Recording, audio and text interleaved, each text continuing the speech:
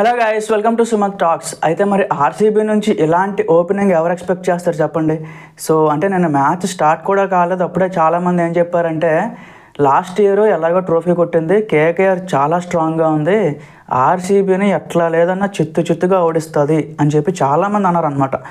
But అనూహ్యంగా అసలు నిజంగా ఫస్ట్ 3 ఓవర్లు సో చాలా బాగా వేశారు హెజిల్వుడ్ అలాగే ఎస్దయాలు. సో బాగుంది అనుకున్నాం. బట్ వెంటనే ఏంటంటే కృణాల్ పాండ్యాకి తెచ్చారు, రసీమ్ దాల్ తెచ్చారు. సో వీళ్ళిద్దరూ ఏంటంటే రన్స్ లీక్ చేయడం చేశారనమాట. ఎస్దయాల్ కూడా 6th ఓవర్ వేసినా సరే అక్కడ కూడా మళ్ళీ ఏంటంటే రన్స్ అనేవి లీక్ అయినాయి అనమాట. సో 3 ఓవర్లకి 9 అలా ఉంది అంతవరకే. బట్ 6 ఓవర్లు కంప్లీట్ అయ్యేపాటికి 60 రన్ల వరకు వెళ్ళిపోయింది. అంటే చివరి 3 ఓవర్లు పవర్ ప్లేలో 51 రన్లు అయితే కొట్టారనమాట. సో అంత లెక్కలో లీక్ చేశారేంటి అని చెప్పి మళ్ళీ కంగారు అయ్యారు అందరూ కూడా. సో 10 ఓవర్లు వచ్చేటప్పటికి స్కోర్ అంతా కూడా పర్ఫెక్ట్ ఉన్నది. సో 100 క్రాస్ చేస్తారు, బాగానే ఉంది, 200 220 కొట్టేస్తారులే అని అనుకున్నారు. బట్ అసలు కృణాల్ పాండ్యా ఎలాంటి మైండ్ సెట్తో వచ్చాడో తెలియదు. కానీ అంటే ఆఫ్కోర్స్ అందరూ కూడా ఇసిరేస్తున్నాడు ఏదో అంటారు. బట్ అదంతా సెకండరీ గాయస్. టీంకి కావాల్సిందేంటి, వికెట్స్ కావాలి. సో మెయిన్ వికెట్స్ అయితే ఇచ్చాడు అనమాట. సో కృణాల్ పాండ్యా నిజంగా ఒక బెస్ట్ పిక్ అని చెప్పుకోవచ్చు. చాలా మంచి బౌలింగ్ వేశాడు నిన్న మాత్రం. సో వెంకటేష్ అయ్యారు సరిగ్గా అసలు అంటే రెడీగా ఉన్నాడు. సో ఎవరు వస్తారు ఎవరిని వేద్దామని చెప్పి సో కరెక్ట్గా వికెట్ అయితే తీసాడు. రింకు సింగ్ ఎలాంటి హిట్టర్ అసలు. సో రింకు సింగ్ ఇంకో 5 ఓవర్లు ఎక్స్ట్రా ఉంటుంటే ఖచ్చితంగా స్కోర్ అయితే 230 240 వరకు వెళ్ళిపోయి ఉంటుంది.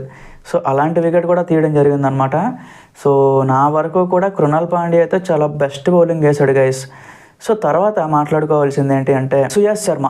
సో సుయాష్ శర్మ అంటే ఇంతకుముందు అన్ని సీజన్లో ఆడినా సరే సో బెంగళూరులో ఈ ఓపెనింగ్ మ్యాచ్లో పెడతారని నేనైతే ఎక్స్పెక్ట్ చేయలేదు. సో భువీని వెనక్కుంచి భువీ ప్లేస్లో సుయాష్ శర్మని ఆడించారేంటి అని చెప్పి నాకు అది డౌట్ మొదలైందనమాట. బట్ అగైన్ స్టార్టింగ్లో ఫస్ట్ క్యాచ్ వదిలేసాడు, అదొకటి నాకు మైనస్ అనిపించింది. బట్ ఏంటంటే రన్స్ అయితే చాలా ఎక్కువ ఇచ్చేసాడు అనమాట. 4 ఓవర్లో 47 వరకు ఇచ్చేసాడు అనమాట. సో ఒకే ఒక అడ్వాంటేజ్ ఏం చేశాడు అంటే టీంకి రసెల్ వికెట్ తీసాడు అనమాట. సో ఆ ఒక్క వికెట్ తప్ప సుయాష్ శర్మ ఏంటంటే కంప్లీట్ మైనసే పడింది నన్నంతా కూడా. సో మరి రసెల్ వికెట్ కూడా అంతే ఇంపార్టెంట్, నేను అది కూడా కాదని చెప్పలేను. బట్ యాజ్ ఆఫ్ నౌ పర్వాలేదు, ఓకే. ఇంకొకటి చెప్పాలి అంటే హెజిల్వుడ్ అంటే స్టార్టింగ్ రహానేని నరైన్ని అయితే ఒక ఓవర్లో కంప్లీట్గా ఎలా బ్లాక్ చేసాడంటే బౌన్సర్లే పెడుతున్నాడు ప్రతి బాల్ కూడా. నరైన్ కూడా చాలా ఇబ్బంది పడ్డాడు. లేకపోతే వెస్టిండీస్ బ్యాట్స్మెన్కి ఉన్న క్వాలిటీ అది, ఎటు ఊపినా ఇంక వెళ్ళిపోతూ ఉంటాయి అనమాట. సో అలాంటి బ్యాట్స్మెన్ కంట్రోల్ చేయాలంటే కొంచెం కష్టమే. హెజిల్వుడ్ మాత్రం చాలా బాగా హ్యాండిల్ చేశాడు నరైన్ ఎస్పెషల్లీ. డెత్ ఓవర్లో కూడా దయాలు అలాగే హెజిల్వుడ్ మళ్ళీ చాలా బాగా పెట్టి 170 అక్కడ వరకు ఆపేశారు అనమాట స్కోర్ని. నాకైతే చాలా బాగా అనిపించింది. బౌలింగ్ చూసి చాలా ఇంప్రెస్గా అనిపించింది గైస్. సో మరి ఈడెన్ గార్డెన్స్ ఫస్ట్ ఇన్నింగ్స్లో కొంతమంది చెప్తున్నారు సో బౌలింగ్కి సహకరించింది అని చెప్పి. బొంగు అదేం లేదు. కోల్కతాలో మంచి హిట్టర్లు ఉన్నారు, రింకు సింగ్ కానీ వెంకటేష్ అయ్యర్ కానీ. సో వీళ్ళందరికీ అవేం అవసరం లేదు. ఎలాంటి పిచ్చి మీద అయినా సరే ఆడగలిగే బ్యాట్స్మెన్స్ వాళ్ళు. అలాంటి బ్యాట్స్మెన్స్ కూడా కంట్రోల్ చేశారు అంటే ఆర్సీబీ బౌలింగ్ 100% డెవలప్ అయింది.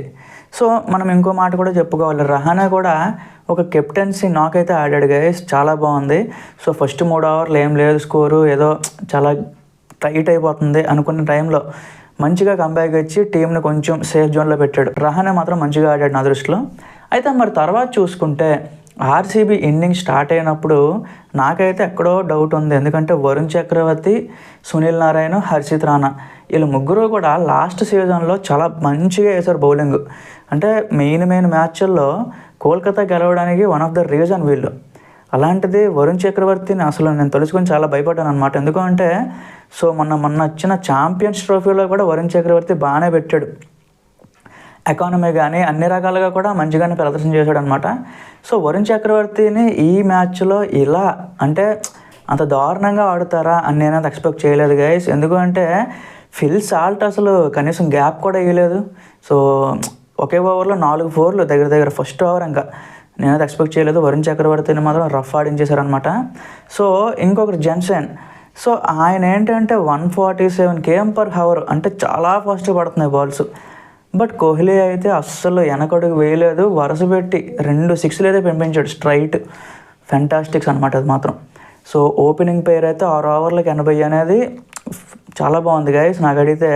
మరి ఇదే అలాగా మెయింటైన్ చేస్తూ వెళ్తే ఖచ్చితంగా ప్రతి మ్యాచ్లో కూడా మనకైతే ఓపెనింగ్ పార్ట్నర్షిప్ చాలా బాగా పడిపోతుంది అనమాట. ఎందుకు అంటే లాస్ట్ ఇయర్ డూప్లెసిస్ ఉన్నప్పుడు కూడా కోహ్లీకి ఒక సపోర్టివ్గానే ఉండేవాడు. ఫిల్ సాల్ట్ వల్ల యాడెడ్ అడ్వాంటేజ్ ఏంటి అంటే, సో 6 ఓవర్లు అయిపోయిన తర్వాత ఇంకా స్లోగా ఆడగలుస్తున్నారు, అలాగే ఫోకస్ చేయగలుస్తున్నారు సింగిల్స్ మీద, టూలు అన్నీ కూడా. సో అది మెయిన్ ఉండాల్సిన ఓపెనింగ్ పేర్కి మెయిన్ ఉండాల్సిన క్వాలిటీ అది గైస్. బట్ ఆర్సీబీ అయితే ఓపెనింగ్ పేరు కూడా కరెక్ట్గా సెట్ అయింది. సో తర్వాత చూసుకుంటే దేవదత్ పడిక్కల్ నాకు ఎక్కడో మరి స్లోగా ఆడుతున్నాడు. సో ఒక 6 కూడా కొంచెం గట్టిగా కొట్టలేకపోతున్నాడు, ఎందుకో మరి తెలియదు రీజను. సో ఎందుకో పెద్ద స్ట్రాంగ్ షాట్స్ అయితే ఆడలేకపోతున్నాడు అనమాట. సో వన్డే ఆడినట్టు ఆడుతున్నాడు. అగైన్ అవన్నీ కూడా మళ్ళీ ఒక 2-3 మ్యాచ్లు అయ్యాక కానీ మనకు అర్థం కాదనమాట. సో దేవదత్ పడిక్కల్కి నెక్స్ట్ మ్యాచ్ నుంచి కొంచెం పక్కన పెడితే బెస్ట్ అని నా ఒపీనియన్. సో చూద్దాం, అది కూడా మరి ఎందుకు పెట్టారంటే మనకు తెలియదు కదా. తర్వాత చూసుకుంటే రజత్ పటీదార్ వచ్చాడు. కెప్టెన్సీ నాకైతే చాలా బాగా ఆడాడు గైస్. అంటే ఫినిష్ ఎలా ఇవ్వాలో అలా ఇచ్చాడు. అఫ్కోర్స్ అవుటే వెళ్ళాడు, బట్ అదంతా ఓకే. సో లాస్ట్లో కింగ్ హాఫ్ సెంచరీ, అలాగే Phil Salt half century. So మంచిగానే పడింది అనమాట. తర్వాత లివింగ్స్టోన్, సో అసలు వచ్చి ఏదో ఊపేస్తాడు. ఇప్పుడు మనకి ఎప్పుడు కూడా ఆర్సీబీలో మ్యాక్స్వెల్ రోల్లో ఇప్పుడు లివింగ్స్టోన్ ఉన్నాడు అనమాట. మ్యాక్స్వెల్ ఏం చేసేవాడు, వచ్చి వెనక ఎవరు ఉంటే అంటే లేకపోతారంటే, వికెట్లు పడితే అంటే పడకపోతే అంటే ఊపేస్తాను, అదే మైండ్ సెట్. సో అలా చెప్పే చాలా మ్యాచ్లు అయితే మనల్ని ఇంక నేలమట్టం చేశాడు అనమాట.